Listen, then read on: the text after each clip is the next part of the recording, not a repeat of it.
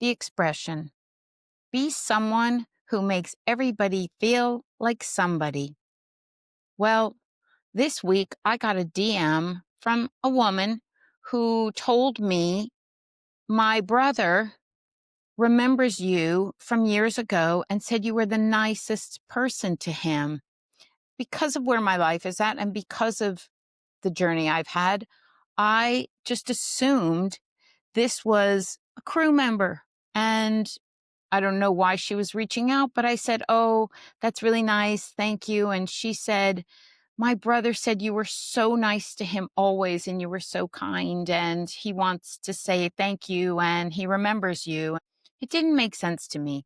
So a few days later, I went back, reread the message. I realized that back in 2000, I was a volunteer at a juvenile prison where kids were going away for life. And as they aged out of the juvenile prison and went to the men's prison and up to the state prison, they would say, "Oh, my roommate or cellmate wants to write to somebody. Would you write to them?" I was writing to some young man that I never spoke to, or we would write, and that was it. And it died off 25 years ago.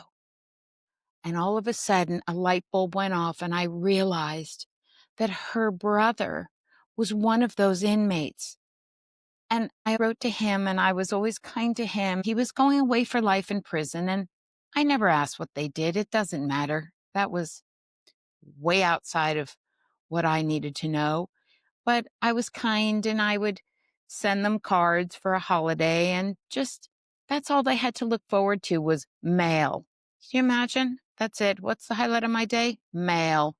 Well, that was the highlight of their day, and I guess I made him feel like somebody. That 25 years later, his sister looked me up and found me. So, hi, and how are you? I hope you are well and wonderful and doing the best you can with the outcomes that happened. And to all of those who are serving sentences wherever you are, always know that there are people that are kind and non-judgmental. Like and follow for more.